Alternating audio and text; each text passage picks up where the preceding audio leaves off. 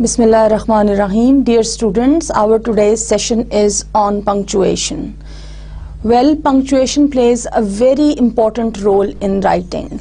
And when it comes to writing skills, punctuation is one of the basic skills that you need to learn. Punctuation always helps you convey the meaning that you actually want to convey. Without the use of punctuation, your writing would be a failure or a disaster, because the meaning that is intended to be conveyed through what you have written would not be conveyed properly. Before I go into the details of the session, at the outset I would like to define what is punctuation. Well, punctuation is actually a system of using different marks to give your writing a proper form, to indicate pauses, directions, full stops, where to continue, etc. Punctuation marks are many, and the use of standard marks and signs in writing and printing to separate words into sentences, clauses and phrases in order to clarify meaning is what we call punctuation. Here is another definition of punctuation. Punctuation is the use of symbols not belonging to the alphabet of a writing system to indicate aspects of the intonation and meaning not otherwise conveyed in the written language. This definition is very important in the sense that it clearly shows that punctuation in writing is actually an equivalent of intonation and stress patterns that we use in spoken language. When we speak, through the process of giving pauses, by rising our voice, by making our pitch high or low, we convey different meanings. And actually, by changing intonation patterns, the meanings of words, sentences or phrases can be changed in our everyday spoken communication. But when it comes to writing, we do not have any possibility of using intonation to convey different meanings.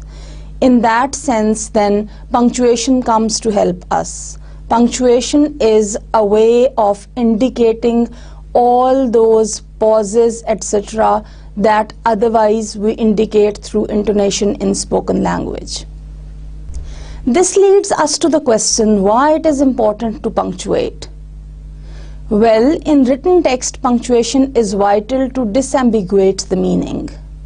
When I say to disambiguate the meaning, what I mean by this is that any confusion or chaos that might be created because of the lack of knowledge on the part of the reader to how to move in terms of exploring or reading the text that you have written, punctuation always helps. It removes confusion and adds clarity to the meaning. How does punctuation work and what role it plays in our writing? To explain it, I would like to share the example of traffic lights. Yes, punctuation works like traffic lights. I'm sure you would be familiar with the yellow, green and red lights on the roads that are used as traffic signals or indicators to obey certain rules of moving on the road. Well, we'd start with the working of the green light. Green light is the easiest light to follow. It tells us, it announces that we can continue our journey, we can keep on moving. So there are no problems with green light. Issues and problems come with the rules and regulations attached to the red and the yellow light in traffic.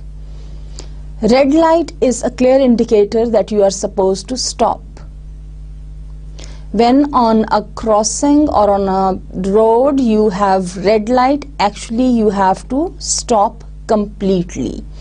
And it's only when the light turns green that you continue. Red light is an imposition of an order from outside that you are supposed to stop. So it is still easy to follow because you are told clearly this is where you are supposed to stop. But when it comes to yellow light, that is the most difficult light. At some crossings or on some roads, you would have seen yellow light flickering. This light is an indicator that it is dangerous, that you need to be cautious, you need to be careful. Well, yellow light does not impose anything on you as a rule. When you follow yellow light, actually it means that you take the responsibility. You slow down your speed, you stop for a while, rather you take a slight pause. You look right and left, you check whether the road is clear or not. You also decide whether you would continue straight, you would take a right turn or a left turn, or you would prefer a U-turn at that point. And only after being careful and after being sure that the road is clear, you continue again. This is the working of the yellow light. Well, if you compare these traffic lights to the rules of punctuation, actually you would notice that no use of punctuation is like green light, where you continue smoothly and swiftly through the text, being happy that you can go on a faster pace. But when there is a full stop works like a red light, which means you are supposed to stop completely. Like you stop on a red light in traffic and then you start your journey again, in the same way, after using a full stop, you start your journey again. It is starting afresh. It is starting again, and then you continue till the next point where you stop again, which means till the completion of the next sentence. When it comes to the use of yellow light as a symbol of certain punctuation marks, I would say that a comma and a semicolon are the two marks that are very much like yellow light. When you use a comma or a semicolon, actually you take a pause and then you continue your journey by watching carefully whether it is okay to continue or not. There are certain differences in the use of semicolon and comma as well. Comma shows a smaller pause, whereas a semicolon shows a comparatively longer pause. This is what we would discuss in detail once we would go to the rules related to semicolon and comma respectively. Before I start discussing the rules of Before I start discussing different rules related to various punctuation marks, I would like to add more clarity to how important it is to use punctuation. Punctuation actually works as a savior. Look at the two sentences that you find on your screen. Let's eat dad. Let's eat dad. Now let's eat dad without any punctuation mark, without actually any comma. If you notice here, you would see no comma is used at this point. So let's eat dad would have a different meaning from let's eat and then the use of a comma and then dad. Now interestingly, I have not put any mark such as a question mark or an exclamation mark or a full stop at the end of any of these. By using those also you would change the meaning, but this comma is of crucial importance. Let's eat dad may mean let us eat what? Dad. So it's about eating the father, whereas, which is of course horrible, and when you look at this let's eat comma and then dad, it means it is an offer or a request. The speaker is talking to the father that dad, let us start eating or let us eat. Now by using a question mark or an exclamation mark or a full stop at the end of the sentence here, in case of each of these sentences, again you can change the meaning of the sentences, of course. Well, here is a list of common punctuation marks that are used in the writing of English. These punctuation marks include full stop or period, comma, colon, semicolon, question mark, exclamation mark, quotation marks, parenthesis, apostrophe, hyphen and dash, and ellipsis marks. Well, we would discuss each of these separately, and we would also talk about the rules that are related to each of these punctuation marks, that how they are to be used. However, since there are a lot of punctuation marks that we have to cover, it would not be possible to cover them in one session. We would cover some punctuation marks in today's session, and the rest would be covered in the next session. Let's start with the first punctuation mark that we would discuss, and we would see what are the rules related to its use. The punctuation mark that we're going to talk about is full stop. We sometimes call it a period as well. Well, when it comes to using a full stop, there are certain rules related to it. The first and the most important rule is use a full stop at the end of a complete sentence that is a statement. I repeat, use a full stop at the end of a complete sentence. However, the restriction is that it is a statement. When it is not a question, for example. So, look at the example. I know that you would always help me. Full stop. Well, a sentence is a complete idea or a complete thought. Since a sentence is defined as the expression of a complete idea or a complete thought, a full stop is used to indicate that the thought has been completed or that the idea has been presented fully. The second rule related to the use of a full stop is if the last word in the sentence ends in a full stop, do not follow it with another full stop.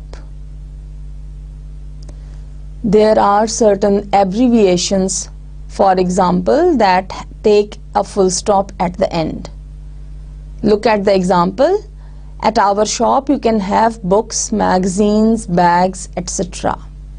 Now, if you use this abbreviated form etc, that is used for etc, if it occurs somewhere in the mid of a sentence, it would take a full stop after this. And then you would continue the sentence, and at the end of the sentence you would put a full stop again. However, since in this case this etc comes at the end of the sentence, so only one full stop would be used, and the full stop that otherwise should have been used to close the sentence would not be added. Let me give you an example. For example, if I say, I have books, magazines, bags, etc. to give to you. Full stop. Now, in that case, I have books, magazines, bags, etc. Full stop. This full stop, this period mark then would follow this abbreviation etc, and then you would continue the sentence to give to you, and then a full stop would be added to complete the sentence or to indicate that the thought has been completed. These were the two simple rules related to the use of a full stop or a period, and then we continue with the punctuation marks and we come to the discussion on the rules related to the use of a comma. Well, commas are used to indicate where a reader is supposed to take a pause. As I have already talked about that, a comma is like a yellow flickering light that tells you that you are supposed to take a pause and to be careful. Another use of commas is that they are used to separate words in a list. Here are detailed rules for using a comma when it comes to the writing of English. Rule 1 is to avoid confusion, use commas to separate words and word groups with a series of 3 or more. This means when you have words or word groups or sometimes phrases that are 3 or more than 3, in that case, to avoid confusion, you use commas to separate each of these from the others. Look at the example. My 10 million estate is to be split among my husband, daughter, son and nephew.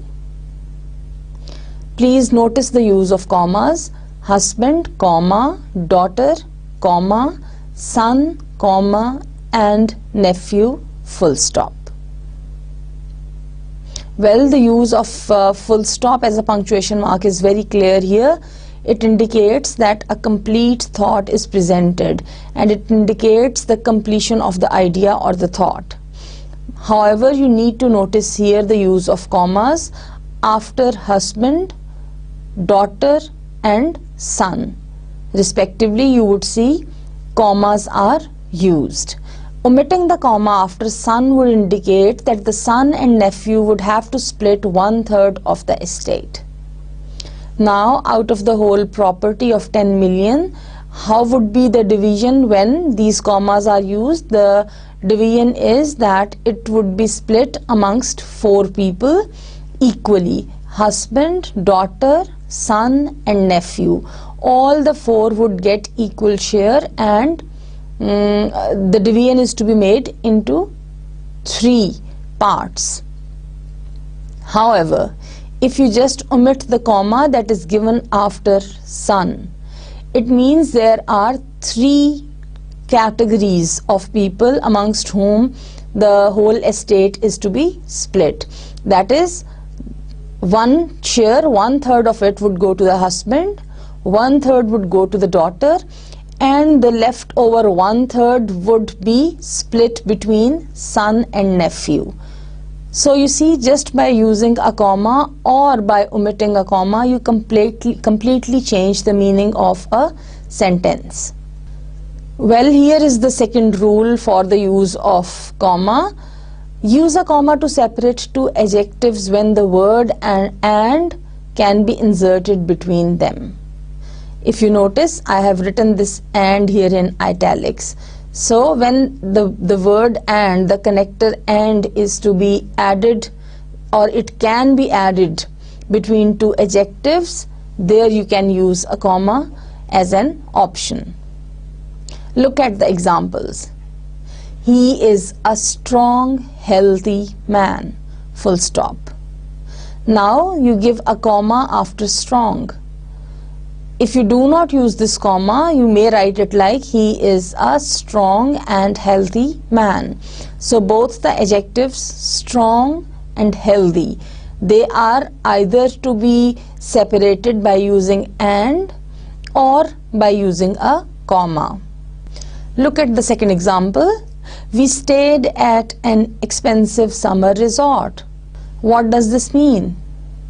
When you say we stayed at an expensive summer resort, actually you do not mean expensive resort and summer resort. If you want to say that, in that case you would use a comma between expensive and summer. But here the adjectives expensive and summer, both the adjectives that are used for resort, actually they do not refer to 2 separate entities of qualities. Rather, they qualify the resort as one unit, that is an expensive summer resort. So you would not say expensive and summer resort as well. There is neither a possibility of using and in between expensive and summer. That is why there is also no possibility of using a comma. We do not have that option. With this, we come to the third rule of the use of a comma when it comes to the writing of English. Use a comma when an ly adjective is used with other adjectives. Well, to test whether an ly adjective or ly adjective is, or a word is an adjective that has ly at the end, see if it can be used alone with the noun. If it can, use the comma. I think examples would add more clarity to your understanding of the use of this rule. Look at example 1. Felix was a lonely young boy. Now this lonely here is used as an adjective and it ends with ly sound, or it ends with ly combination. And you can always test whether it is an adjective or not by doing what? By using it alone with the noun. So for example, if you have Felix was a lonely boy, so you see you can use it with the noun boy, lonely boy. That is why Felix was a lonely, comma, young boy, full stop. By the way, it also adheres to the previous rule where we said that two adjectives that can be presented by inserting and between them can have a comma as an option instead of and. So you can say Felix was a lonely and young boy. Now instead of using and, you are using a comma. Please look at the second example. I get headaches in brightly lit rooms. Now again, brightly, ly construction at the end is used, but brightly is not an adjective here because it cannot be used alone with the noun rooms. Therefore, no comma is used between brightly and lit. I hope the examples would have made it clear how you can check the words ending with ly, whether they are adjectives or not, and if they are, then you can use a comma. With this we move on to rule 4. Rule 4 says that use commas before or surrounding the name or title of a person directly addressed. Please look at the example. First example states, will you, Aisha, do that assignment for me? Now this is actually a question and the name of a person Aisha is used and it is surrounded by what? Two commas. Before and after it a comma is added. Look at example 2. Yes, doctor, I will. Yes, comma, doctor, comma, I will, full stop. Actually, the writer here means yes, I will. And he is saying this to, he is addressing this to the doctor directly. So the title of the person, doctor, here is used and it is surrounded by two commas, that is one comma before and one after it. It is also important for you to notice that you are supposed to capitalize a title when directly addressing someone. In this case, because as I have said that the doctor is addressed directly, so D is used in capitalized form. With this we move on to the next rule, that is rule 5 related to the use of a comma, and the rule states use a comma to separate the day of the month from the year and after the year. Look at the example that I have given here for your clarity. Kathleen met her husband on December 5, 2003, in Mill Valley, California, full stop. So when I said use a comma to separate the day of the month from the year and after the year details, you can notice December 5, that is the date or the day, that is separated with the help of a comma from 2003, that is the year, and then the rest of information that follows is also separated by using a comma after 2003. And actually if you look at the rest of the information in Mill Valley, California, because Mill Valley is situated in California. Now to show that Mill Valley, California does not mean one entity, rather Mill Valley is a part of the bigger entity California, you are using a comma. Look at rule 6. Rule 6 says use a comma to separate the city from the state and after the state in a document. I think this example would make it clear. The example is, I lived in San Francisco, California, for 20 years, full stop. So city is to be separated from the state, and after the state whatsoever information you are providing is also to be separated from the name of the state by using a comma. So for example, I would say I live in Lahore, comma, Pakistan, comma, I lived in Lahore, comma, Pakistan, comma, for 20 years, full stop. This leads us to the next rule, that is rule 7, related to the use of commas. The rule is that use commas to set off expressions that interrupt sentence flow. In other words, any additional information that is provided somewhere in between the sentence, that is to be separated by 2 commas surrounding that additional information. Please look at the example. I am, comma, as you have probably noticed, comma, very nervous about this, full stop. Mainly what the writer of this sentence wants to say is, I am very nervous about this, full stop. However, some additional information is provided that actually interrupts the flow of the sentence, and that information is, as you have probably noticed. Now this additional information is provided within 2 commas. The next rule is, when starting a sentence with a weak clause, use a comma after it. Conversely, do not use a comma when the sentence starts with a strong clause followed by a weak clause. This rule is exemplified here through the examples that are given. Look at the first example. If you are not sure about this, let me know now. The same sentence that has 2 clauses, one clause is, you are not sure about this, the other clause is, let me know now. So 2 different constructions are used in these sentences.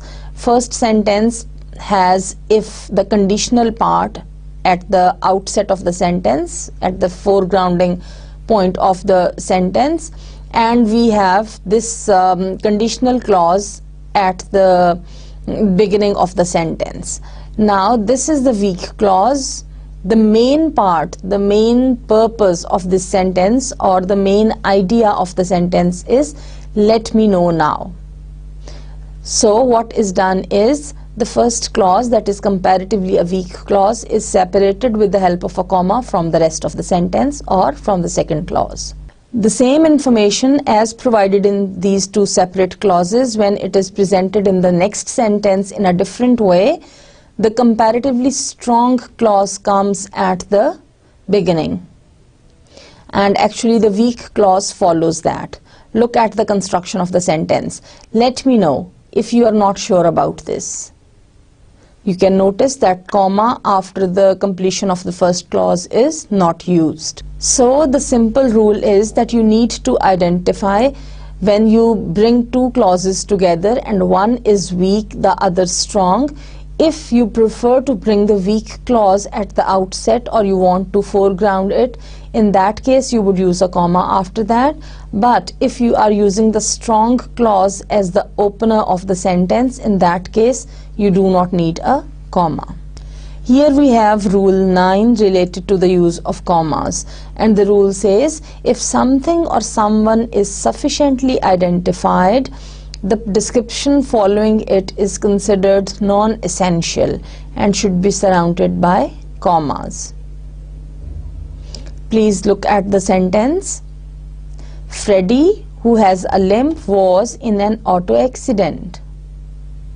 Notice the use of punctuation marks. 2 types of punctuation marks are used, commas and a full stop. Actually 2 commas are used to surround a particular clause or phrase in this sentence. After Freddie, a comma is used. The sentence could have been, Freddie was in an auto accident. But some more information is provided about Freddie.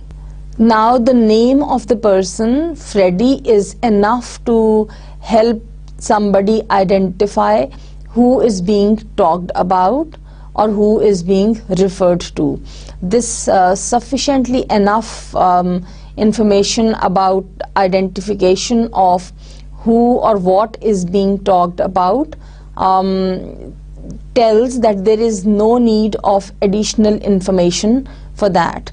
So if some information is provided that is not essential or that is non-essential for the understanding of the sentence, it is to be surrounded by 2 commas. That is why who has a limp. This is further information about Freddy.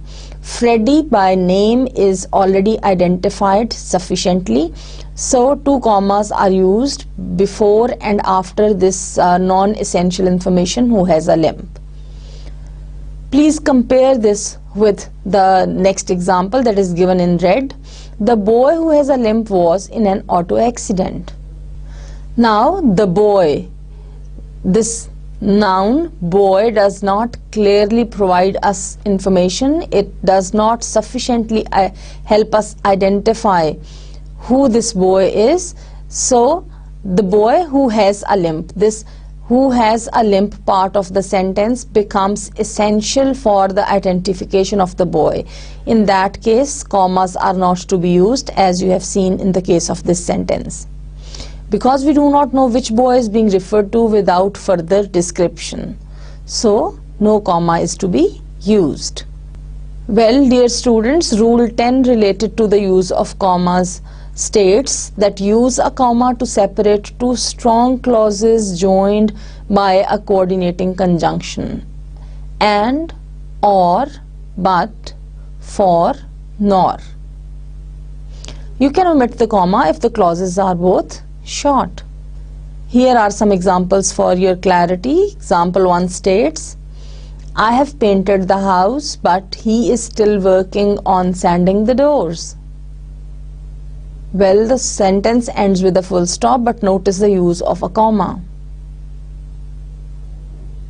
Previously, I shared a rule with you that if you have two clauses in a sentence and one is weak, the other is strong, it depends upon which clause, the strong or the weak clause, you bring at the outset of the sentence or you foreground. Depending upon that, you would decide the use of a comma. Now I am explaining the rule that is related to when there are 2 strong clauses in a sentence. If both the clauses in a sentence are strong in that and they are linked with the help of a conjunction such as and, or, but, for, nor, etc., in that case you can omit the comma if the clauses are both short. But if they are long, then you would use a comma. Compare the sentences, as I have already read the first example for you. I have painted the house, and the second clause, he is still working on sanding the doors. The conjunction that joins these 2 clauses is but. Now comparatively longer clauses, that is why comma is used to separate these clauses. Compare it with the second example, I paint and he writes, full stop. I paint is a complete clause, he writes is also a complete clause. Each of these clauses is very short, very brief, and a conjunction and is used to combine them. You can notice that in this case, because the clauses, though each of these is strong, they are very short and brief, no comma is used. As far as Rule 11 for the use of commas is concerned, it states that use commas surrounding words such as therefore and however when they are used as interrupters.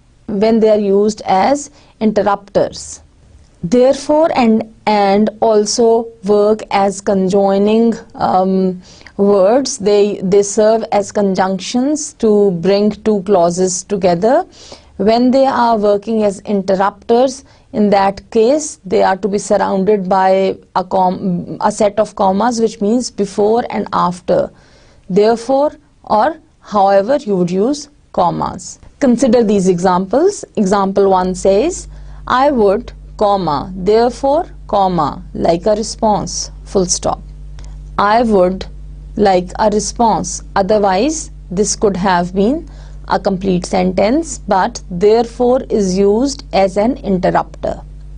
So a comma before and after therefore is used. In the same way, look at the second example. I would be happy, comma, however, comma, to volunteer for the Red Cross. I would be happy to volunteer for the Red Cross is the main piece of information. However, the two parts of the sentence are shown splitted with the help of the word however, which works as an interrupter. That is why before and after however you would use a comma.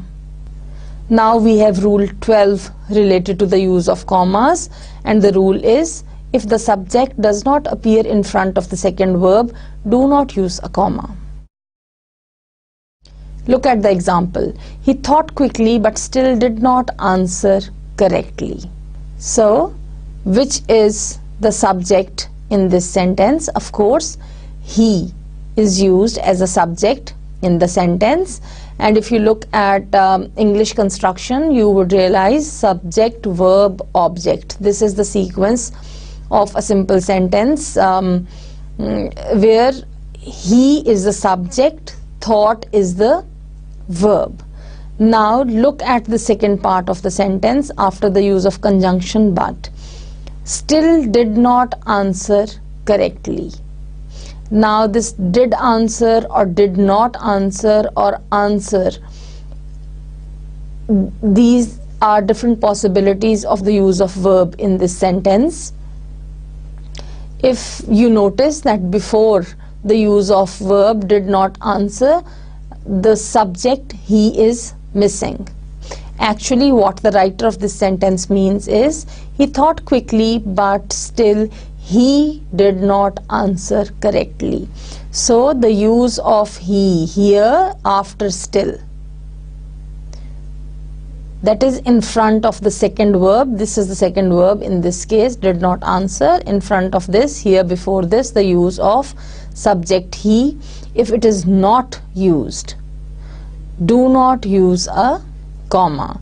But if you say he thought quickly, comma, but still he did not answer correctly.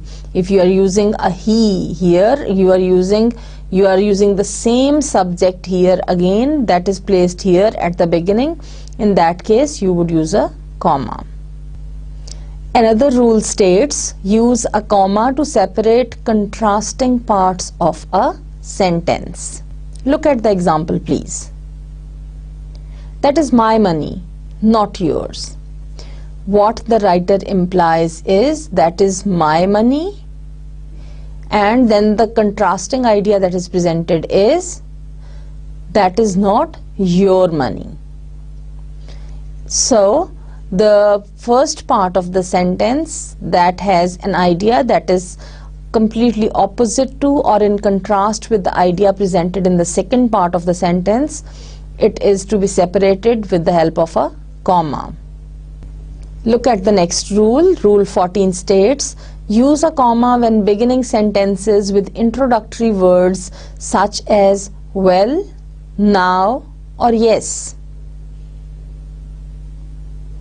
When well, now or yes or any of other such words is used to hedge or to open a sentence as an introductory part, in that case you are always supposed to use a comma after these. Look at the examples. Example 1 states, yes, comma, I do need that report, full stop. Sentence 2 states, well, comma, I never thought I'd live to see the day. Then whatsoever you continue with the sentence. With this, we move on to the next punctuation mark, that is a semicolon. As you can see on the screen, a semicolon is indicated with the help of a dot that has a comma under it. In other words, a comma that has a dot at the top is known as a semicolon. I have already said that a semicolon works like a yellow light. exactly as a comma works like a yellow light in traffic. There are certain rules related to the use of a semicolon that I am going to discuss one by one. To answer the question where to use a semicolon, I would say that mainly a semicolon links two or more simple sentences when these sentences are linked by a common theme. A semicolon is used in place of a period to separate two sentences where the conjunction has been left out. Please notice the use of semicolon in the examples. Example 1 states, "Contact me on Monday, semicolon, I will provide you the required resources, full stop." Now, if you look at the two clauses that are presented in this sentence, you would see that they are about one same idea. Contact me on Monday, and the second clause, I will provide you the required resources, refer to the same theme where somebody needs something and he or she would be provided that on a particular day, that is Monday. That is why these two clauses are separated with the help of a semicolon. Look at the second example as well. Kashmir is beautiful. It's a heaven. Now again the common theme is the same. Mainly the beauty of Kashmir is being talked about.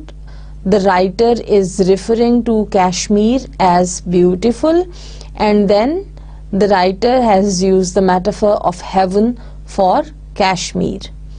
And these two simple sentences can have their separate identities by using full stops for each of these. For example, Kashmir is beautiful, full stop. It is a heaven, full stop. However, these two very simple sentences can be brought together, and by using a semicolon they can be changed into two clauses of one sentence.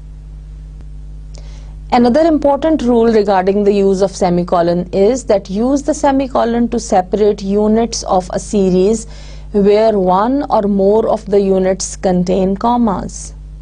The example that is given here would help you understand what does this rule mean.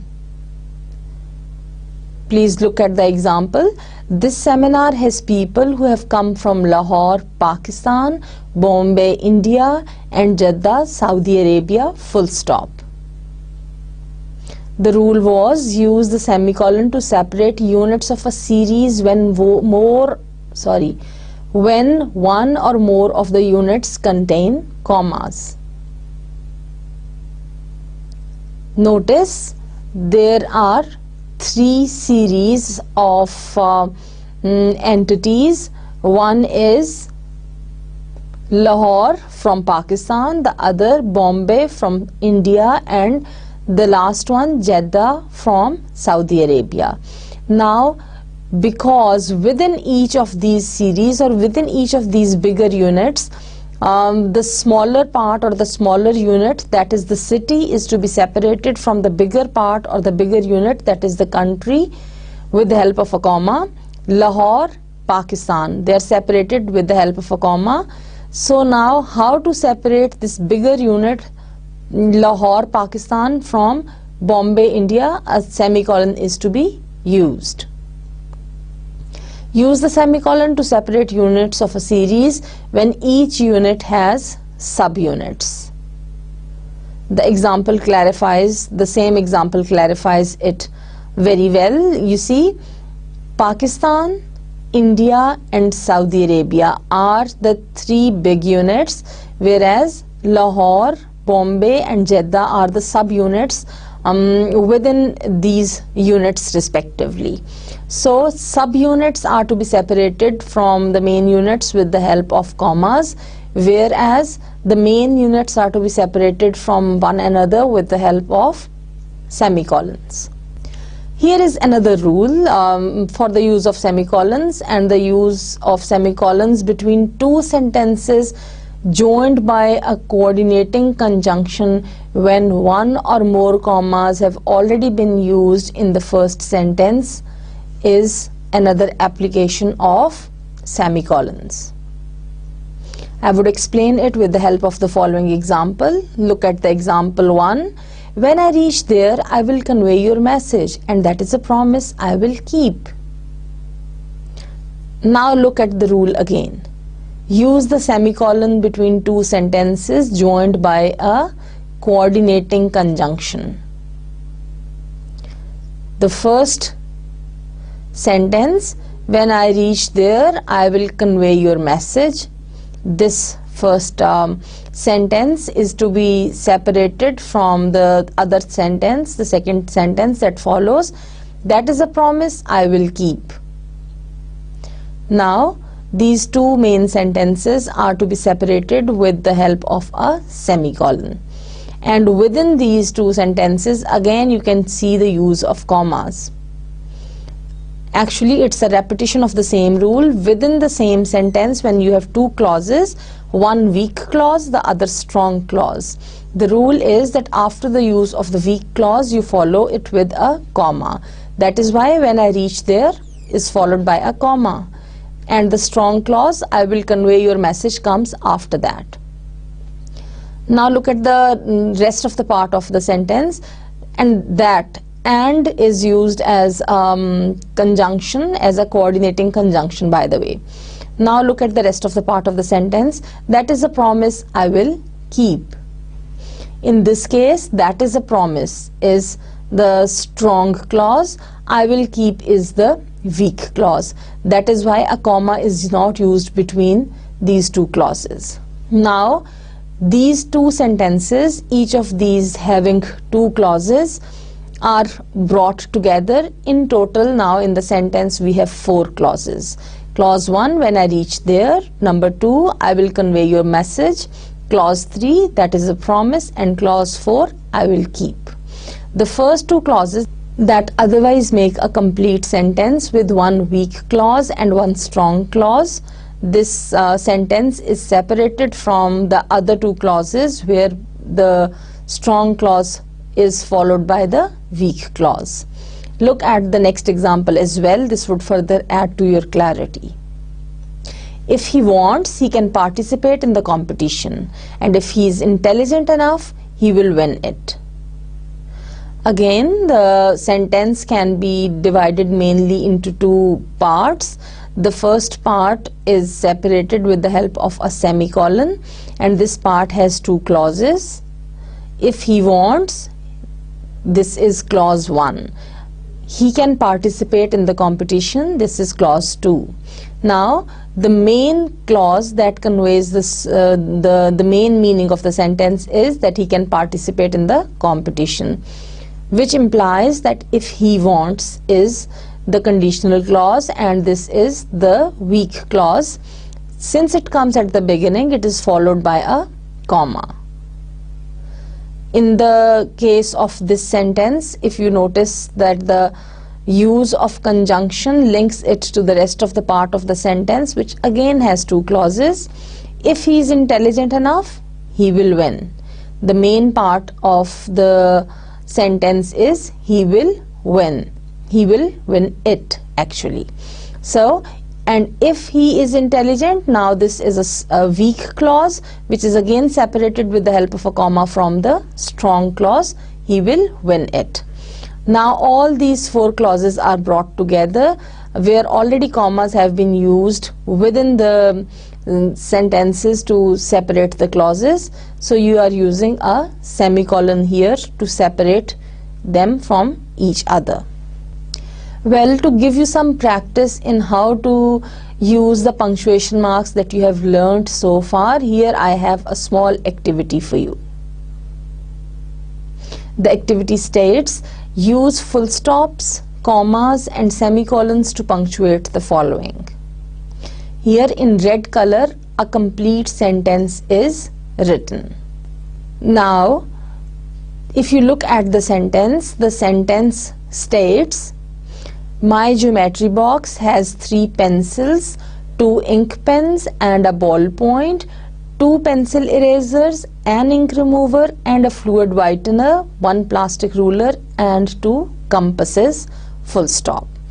1 full stop is added at the end of the sentence.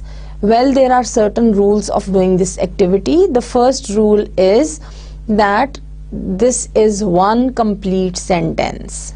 So as far as the use of a full stop or a period that shows the completion of a sentence, that has already been added, which means you cannot, you see, split this whole sentence into smaller sentences. You cannot use further full stops.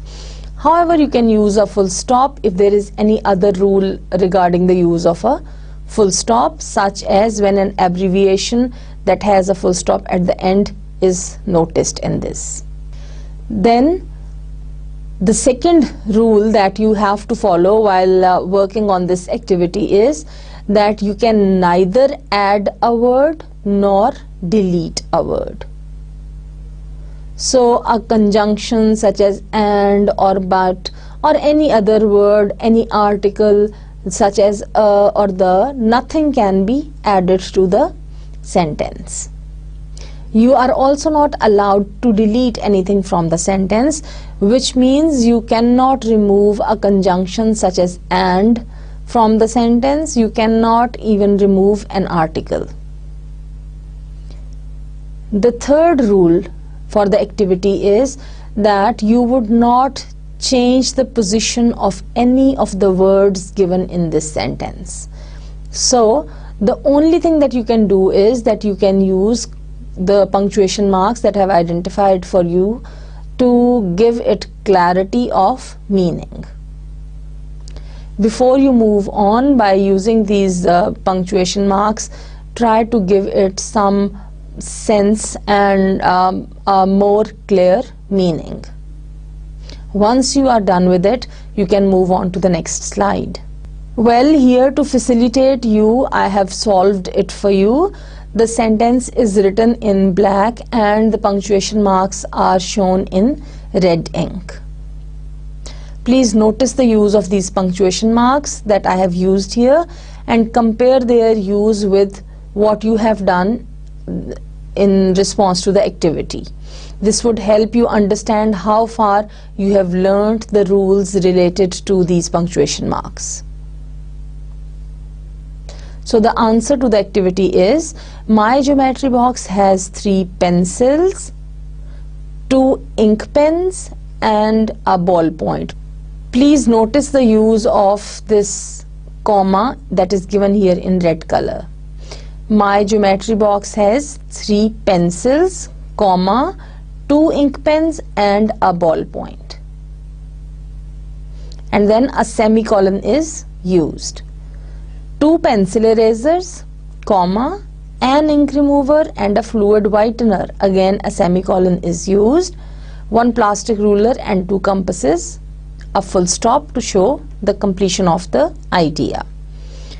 Now, if I ask you, there are how many types of items in the sentence? I'm sure you would be able to identify that there are mainly 3 types of items. Though the total number of items is more, but when it comes to the types, there are only 3. One are the writing items, which include 3 pencils, 2 ink pens and a ballpoint. The second main type of items in the geometry box is removing items. These removing items include 2 pencil erasers, an ink remover and a fluid whitener. So this is the second main type, which has 3 subtypes. You can see pencil eraser, ink remover and fluid whitener. And the third main type is the measuring items that include 1 plastic ruler and 2 compasses. Now if you notice, what I have done is that these 3 main types, these 3 main units are separated by using semicolons. The first main unit, that is the writing items, is separated from the second main unit, that is the removing items, with the help of a semicolon. Same applies to the rest of the part of the sentence, where the second type, which includes, you see, the removing items such as pencil eraser, ink remover and fluid whitener.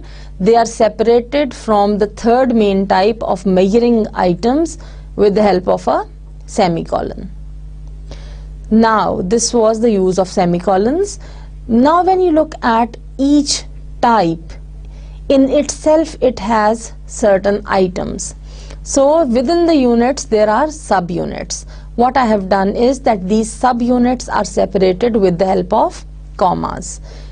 So, all the writing items, 3 pencils, comma, 2 ink pens, and because and is used, I am not using a comma here, so and a ballpoint.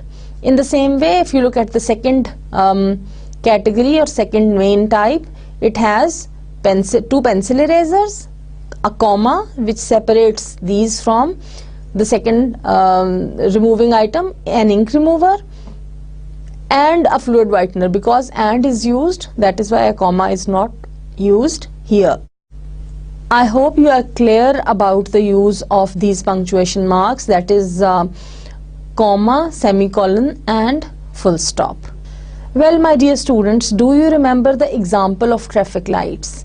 In the example that I have given you here as an activity, actually you would have seen the working of these commas and these semicolons and full stops as traffic lights. Please notice this use. Small pause. My geometry box has 3 pencils, 2 ink pens and a ballpoint. Bigger pause, semicolon. 2 pencil erasers, comma, a small pause, an ink remover and a fluid whitener, again a big pause, semicolon, 1 plastic ruler and 2 compasses, full stop. So, yellow flickering lights throughout showing small and big pauses, and then a full stop as red light to indicate that the sentence comes through an end. Well, as I said at the outset of today's session that punctuation marks are various in number, and the use of these punctuation marks is very important when it comes to writing. Punctuation marks help us give clarity to what we say. They, as writers, enable us to convey our meaning in a proper way without any confusion, chaos or ambiguity. Punctuation marks also help readers. When you read a text, actually punctuation marks like traffic lights guide you through the traffic of the jumbling words. On a road, the traffic would be blocked if the if the traffic lights are not working well. Though you would reach your destination in that case, it would take you more time, more effort and more energy. In the same way, if punctuation marks are not used, though as a reader you may be able to reach your destination, that is the meaning of what is written, but it would take your energy and your more effort in that regard. So punctuation marks are a big support in writing. However, because there are numerous punctuation marks that are frequently used in English, it was not possible to cover all of these in one session. In today's session, we have covered those punctuation marks that are most frequently used in English. Comma, semicolon and full stop are covered in today's session. In the next session, inshallah, we would cover the rest of punctuation marks, which include colons, exclamation marks, use of brackets, use of ellipses, etc. I hope that clarity on the use of these punctuation marks would help you write in a better way. For academic writing, the use of these punctuation marks is very, very crucial. So you need to do some practice in the use of these punctuation marks as well. With this, I close today's session. Thank you very much.